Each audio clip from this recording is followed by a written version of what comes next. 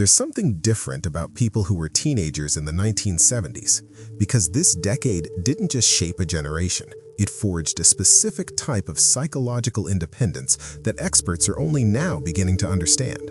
Let's start with something most people get completely wrong. When we think about teenage development, we assume more parental involvement equals better outcomes. More guidance, more rules, more supervision. But 1970s teenagers proved that theory dead wrong. Think about it. You're 15 years old and it's Friday night. Your parents hand you the car keys, maybe it's the family station wagon or that beat-up Chevy Nova, and they give you one simple instruction: be home by midnight. That's it. No GPS tracker on your phone because phones are still attached to kitchen walls. No hourly check-ins, no texting to let them know where you are. Just you, your friends piled into the back seat, and complete freedom to make your own choices. You'd drive to the next town over for a concert, navigating with a folded paper map. You'd show up at the bowling alley or roller rink and figure out the social scene when you got there. Your car would break down on a dark road, and you'd have to flag down a stranger or walk to find a payphone. You'd get lost trying to find that party, driving up and down unfamiliar streets, making wrong turns, figuring it out together.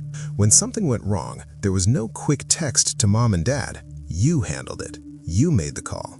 You dealt with whatever unfolded, whether it was a friend who had too much to drink or simply running out of gas money. This hands-off approach wasn't neglect, it was trust. And neuroscientists have discovered something extraordinary. When you're forced to make real decisions with real consequences, when you navigate unpredictable situations without a safety net, your prefrontal cortex develops different neural pathways. Researchers call this executive autonomy, the ability to assess situations, make decisions, and take action without needing external guidance. But for 1970s teenagers, it wasn't a concept. It was just Friday night. Now imagine you're at a party and something goes wrong. Maybe someone starts a fight. Maybe the person you like is flirting with someone else right in front of you. Maybe your best friend is mad at you and won't say why. You're standing there in the middle of it, and you have to handle it right now, in real time, with nothing but your ability to read the room. You couldn't pull out your phone to text a friend for advice. You couldn't scroll through similar situations online to see how others handled it. You couldn't even escape to the bathroom to collect your thoughts while firing off messages to your support group. You had to read faces, interpret tone, sense the shift in energy when someone was about to blow up, or when it was safe to make a joke to break the tension. You learned fast which kids were all talk and which ones you needed to avoid. You could tell when someone was lying just by watching their eyes. You knew how to de-escalate a situation before it got physical, or when to just walk away.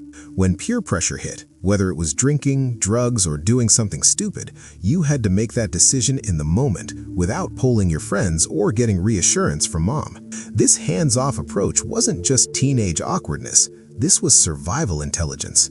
You developed what psychologists call hypervigilant social awareness, the ability to constantly scan and assess social dynamics without even thinking about it. You learned to trust your gut about people and situations because your gut was all you had.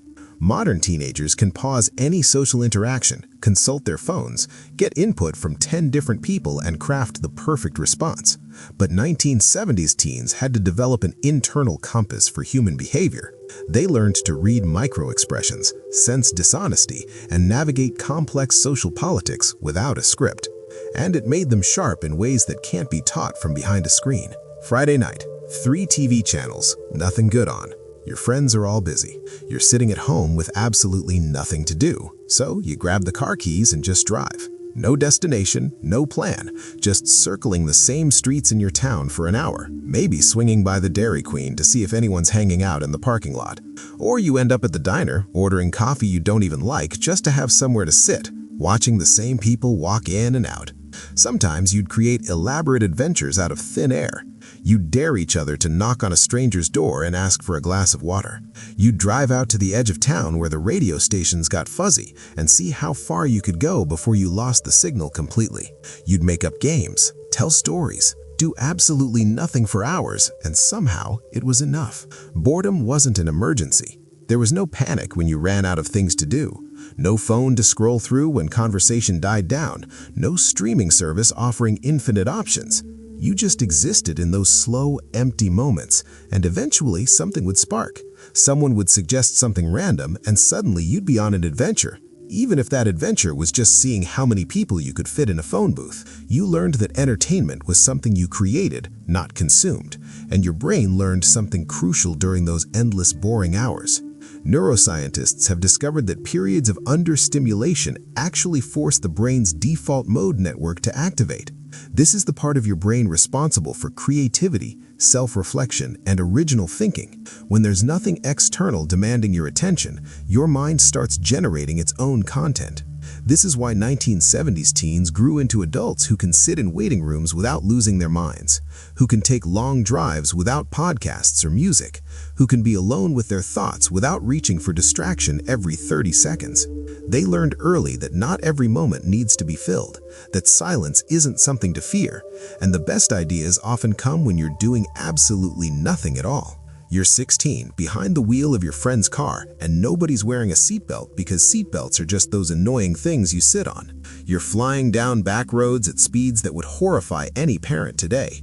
Windows down, radio blasting, feeling absolutely invincible. You'd pile 6 people in a car meant for 5, someone sitting on someone else's lap in the front seat.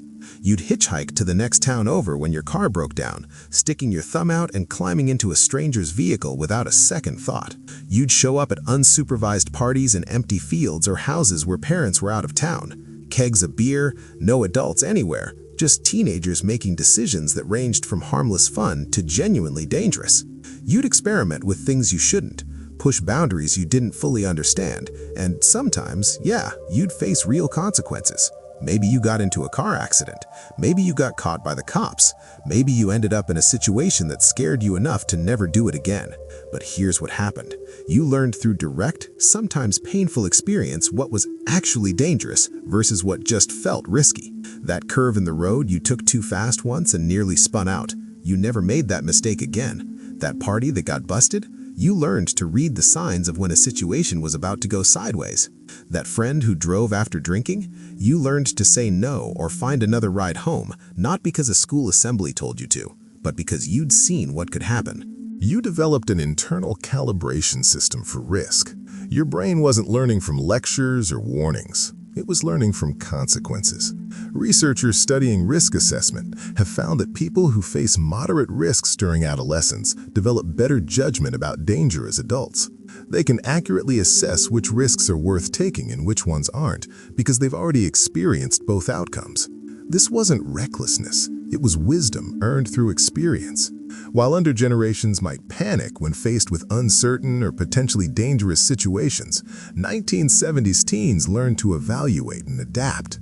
They understand that some risks are worth taking because they've lived through the consequences of both caution and boldness. And that knowledge, earned the hard way, stays with you for life. Something happened at school. Maybe the person you were dating just broke up with you in the hallway between classes. Maybe you didn't make the team, or you bombed a test you studied hard for, or your best friend started hanging out with someone else, and suddenly you're on the outside. You get home, go straight to your room, close the door, and feel that crushing weight in your chest. That mix of anger, embarrassment, and heartbreak all hitting at once. But here's the thing, you couldn't immediately call someone about it because your mom was on the landline talking to your aunt, and that conversation could go on for an hour. You couldn't text your friends for sympathy. You couldn't post about it online and wait for the comments and likes to make you feel better. You couldn't even see what everyone else was doing to distract yourself from your own pain. So, you just sat with it. You put on a record, maybe Pink Floyd or the Eagles, and lay on your bed staring at the ceiling. You felt the feeling, all of it. The anger that made your hands shake, the embarrassment that made your face hot, the sadness that sat heavy in your stomach. You'd write in your journal, pages and pages of raw emotion that no one would ever see. Maybe you'd punch your pillow or cry, or just lie there until eventually, slowly, the intensity started to fade. This wasn't emotional repression. This was something else entirely. You learned that emotions are temporary visitors, not permanent residents. That you could feel devastated on Tuesday and be okay by Friday. that heartbreak doesn't actually kill you, even when it feels like it might, that you could survive disappointment without immediately needing someone to tell you it would be okay. What psychologists call emotional self-regulation, one of the strongest predictors of success in both relationships and careers, was just you sitting alone in your room processing your feelings. You learned that emotions have a natural arc. They rise, they peak, and then they pass. You didn't need constant reassurance from others because you developed your own internal mechanisms for managing emotional storms. And decades later, these are the adults who don't fall apart when things go wrong, who can sit with discomfort without spiraling, who don't need to immediately text 10 people when they're upset. They learned young that feelings are information, not emergencies, and that sometimes the best thing you can do is just let them run their course. Decades later, these former teenagers carry those lessons into everything they do. They're the adults who can handle uncertainty without panic, who don't immediately reach for their phones when faced with a problem. They're self-reliant problem solvers who ask, "What can I do about this?" instead of, "Who can fix this for me?" They can sit with uncomfortable emotions without needing instant relief or constant reassurance from others. They're patient in ways that seem almost supernatural now. They can wait for things without complaining. They can tolerate boredom, silence, and solitude without feeling like something's wrong. When they face setbacks, they treat them as information rather than catastrophes. When they don't know something, they figure it out instead of immediately asking for help. And when they raise their own kids or mentor younger people, they do something countercultural. They give space. They let people struggle. They resist the urge to immediately jump in and fix things. Not because they don't care, but because they understand that overprotection creates anxiety rather than safety. They know that real confidence comes from handling things yourself, that competence is built through experience, and that temporary discomfort leads to long-term strength. These individuals carry within them something that's becoming increasingly rare in our hyper-connected, instantly gratified world, a quiet confidence that comes from knowing they can handle whatever life throws at them, not because someone told them they could, but because they already have. Their brains were literally rewired by freedom, strengthened by boredom, and calibrated by risk. They're living proof that maybe, just maybe, we've overcomplicated the whole business of raising resilient human beings. That sometimes the best preparation for adulthood isn't protection from struggle, but the space to navigate it independently. That the greatest gift you can give someone isn't shielding them from every difficulty, but trusting them enough to face those difficulties and discover their own capability on the other side.